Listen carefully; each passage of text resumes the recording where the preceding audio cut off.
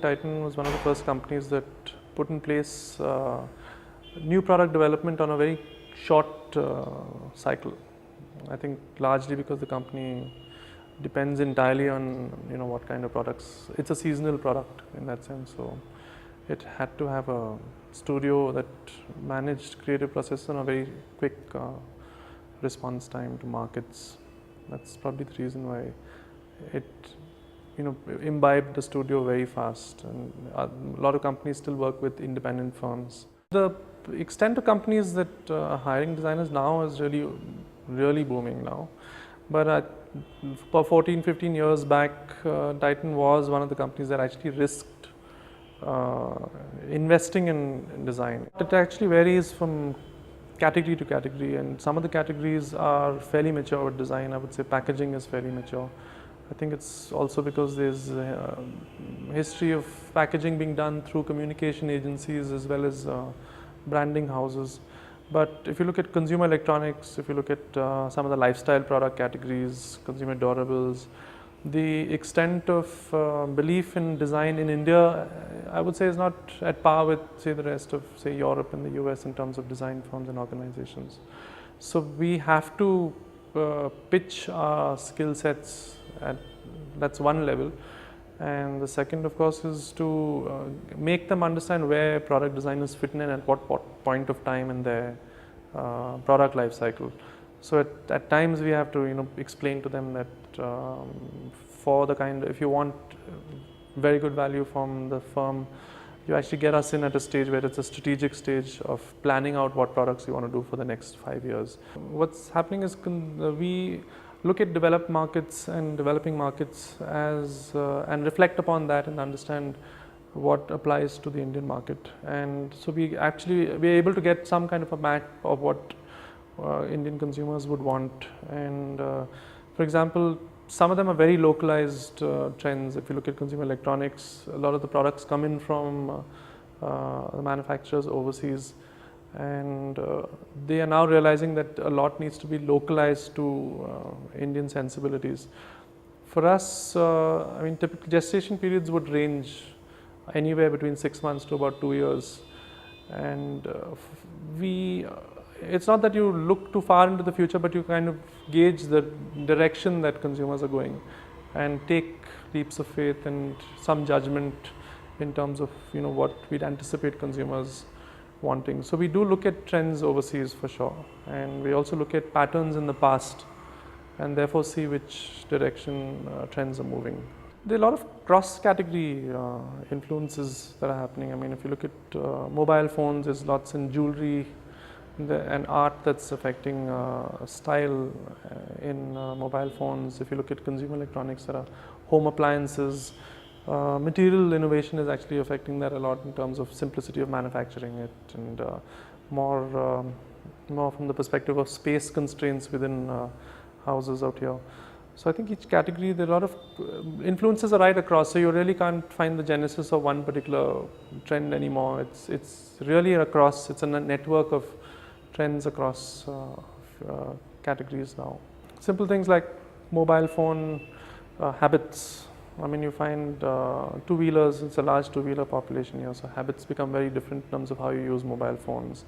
And businessmen here work very differently. You've got a very, very large number of small entrepreneurs in India, and they use phones very differently. They use them more for, phones come with preset functions and menus, but they tend to use certain, you see a pattern in the way they're using it. They tend to use accounting much more in the phone. You tend to use the calculator differently, and habits change because of that.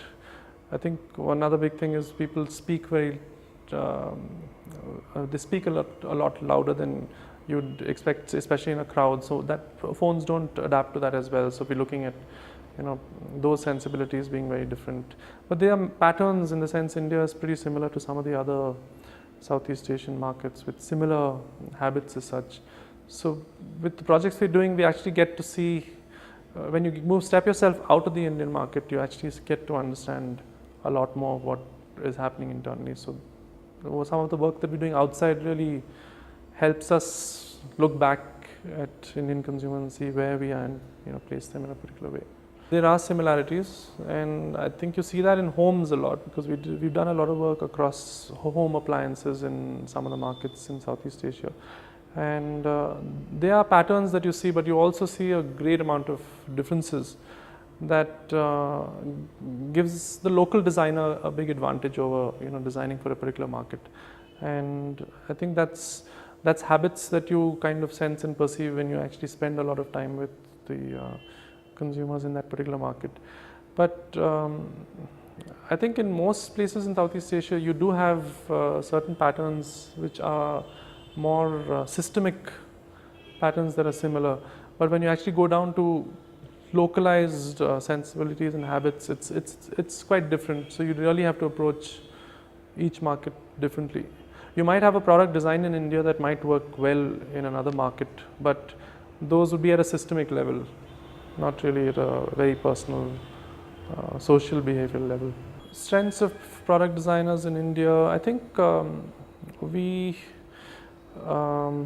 have, I wouldn't say again it's only an India specific thing, but we've got a very, very diverse set of cultures and social phenomena that are across India. Food habits are so diverse across the country, languages that are so diverse. So our ability to adapt to different markets and different sensibilities is pretty good. That's what I'd say is one of the strengths that Indian designers would have, and therefore able to design for very different sets of markets. It's growing, but it's not growing at the pace that designers would want it to grow, because opportunities still are around product design. Some of them are hardcore product design, but we sense the opportunity. So what I believe is in the next 5 years, we'd have a lot of private label design being done in India for the Indian consumers, and that's going to lead to a lot of product design which is specific to the Indian market. But I think the feel I get from organizations is that there is a lot of belief in design, but they're not able to exactly put a finger on exactly where product designers should fit in at the moment. So a lot of people buy product design in terms of solutions from firms overseas, or from best practices overseas that have worked abroad, and then try and apply them here. So it's a mix of both, but I think the organizations are now looking at a lot of indigenous work in design, and we see that with fairly large manufacturers now. So which is a positive sign. I think it's definitely growing, but it's not really growing at the pace that we'd expect. The ecosystem is not formed entirely as yet for design, and what I mean by an ecosystem is design research organizations, prototyping organizations, various 3D simulation organizations, the entire ecosystem that drives all design processes, and that's like partially formed, and you create your own networks now to get things done, and that's the strength right now of designers who are managing it.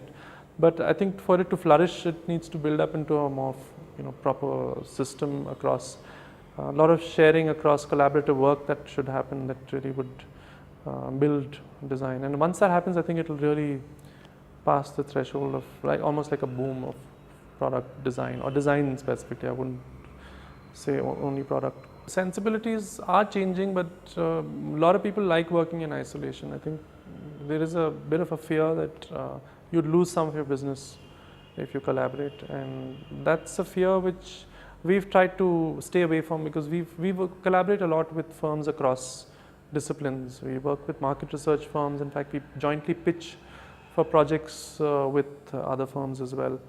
And I think as long as you can harness the right capabilities and expertise from independent firms, it can work well. But I think in the past it's largely been because of a bit of a fear of it's not really a formed system of thriving design as such. So a lot of people have this fear that parts of their projects might get nibbled away, but it's really moved from there now. You can see seeds of collaboration, at least across cross-disciplinary companies. Time is one huge constraint for us because most firms want design yesterday and they don't really have time to actually develop ideas, and that's a big fear. I think that's a sign of not too much planning being done in terms of future planning with companies itself, organizations planning that they want design of a particular product for a category 2 years from now. I think most people are looking at the immediate future and therefore we're getting affected by that, and you have to rush projects to clients. But we've been pushing for clients to actually plan their product development cycles out, and then at least you can at least map when you'd get into this whole process and you'll get the time that you require to design. And product design does require iterative development with manufacturers, with material experts. So you can get it first time right as well, but when you're actually in areas that need a lot of innovation, you have to be able to experiment and give that certain amount of time. But that's our biggest drawback at the moment, in the sense we don't get the time that you would want to actually create a proper solution for a company. Getting talent at the moment is, I've spoken to a lot of other design firms as well, and that's the biggest challenge from a human resource perspective, largely because designers tend to, there's a gestation period for them to actually perform for you. So in the first year and a half, you're providing them knowledge, and that you're not getting as much as you would expect out of a designer. So that gestation period we're trying to crunch down. The challenge now is that you have to search for designers, and they're not available through a placement firm. Some of the institutions have placement as part of their passing out process, but you have to, it's a word of mouth process, and that's the best way to get the best designers. We ideally would like designers to join and start working immediately, and you get that if a designer has about 3 to 4 years of experience or more. Junior to that, I mean, you still have to work with them. We like hiring designers that are not in the Indian context itself, largely because they look at it from a different perspective, and it brings a lot of new learnings into the studio. So I think that's the reason we've been hiring people on short-term projects for the last 2 years from Canada, the UK, France, Singapore. One of the signs that design is going to reach a threshold of actually becoming a boom in some ways. We've seen a lot of freelance, the whole freelance ecosystem seems to have gotten bigger, and it's difficult to get designers into studios because they find it comfortable working independently on small projects and actually cover up enough to keep themselves going financially. Production, I think, is one of the areas. Prototyping, in fact, is a bigger issue for us, because making clients understand a concept, 3D visualization works to a certain extent, but then they want a proof of concept in some way, and that's again a big problem. We used to at Titan get prototypes done in-house as well as out of China, and unfortunately in India you don't have companies that are specializing in prototyping itself. So we have to build our own networks again to actually source material, put it together as a prototype in-house. But production facilities, again, the world is you no longer look at India or any specific market for that. You look at China, you look at Thailand, any of these places for manufacturability of any of the designs. So I don't think that is much of a concern, but prototyping definitely is a huge concern. We do protect a lot of our work, and most of our clients protect what we do. So we sign off an agreement with them and hand over design rights. So that's something that that's an area that we are fairly comfortable, because we don't have to protect all our work independently. And in the consulting business, most firms protect it. But we've started doing our own product design projects, where we look at emerging segments and design products and then approach clients. So that's where we have started looking at protecting design. It's expensive, but it's important to do. I think it's important from whole perspective of not knowing whether you're the first one doing it or not, and therefore protecting it. The earliest one protecting it is the one who gets the rights to it.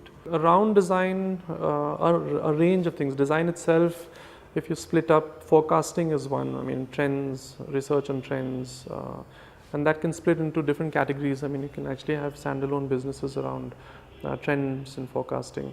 Design research itself, I mean, understanding consumer insights. I mean, you can have an entire system of organizations doing only research on consumer insights and understanding emerging segments in the country. Prototyping, like I mentioned earlier, is a huge area. Concept development and concept to market would be another way. You could look at firms that take ideas and actually develop them through in terms of manufacturable products and then sell them to organizations. Going one step, engineering itself is a huge market. I think engineering is in any case right now fairly large in terms of outsourcing in India, but design engineering is a little different in terms of the kind of businesses that you can create out of it. So that's another big area. I think one of the big areas is the areas that lie in between these disciplines, and the challenge is to be able to transfer knowledge from concept to engineering to market in a lot more seamless way. And organizations that pull out the right parts of this whole chain, there's huge opportunity in India at the moment for that. But I think in the strategic design space, we'd probably still need some time in terms of the design fraternity actually moving up to that. Few design firms do that, but there's not enough opportunity for designers to actually intervene at a strategic level. You do see signs and indications of all this growing.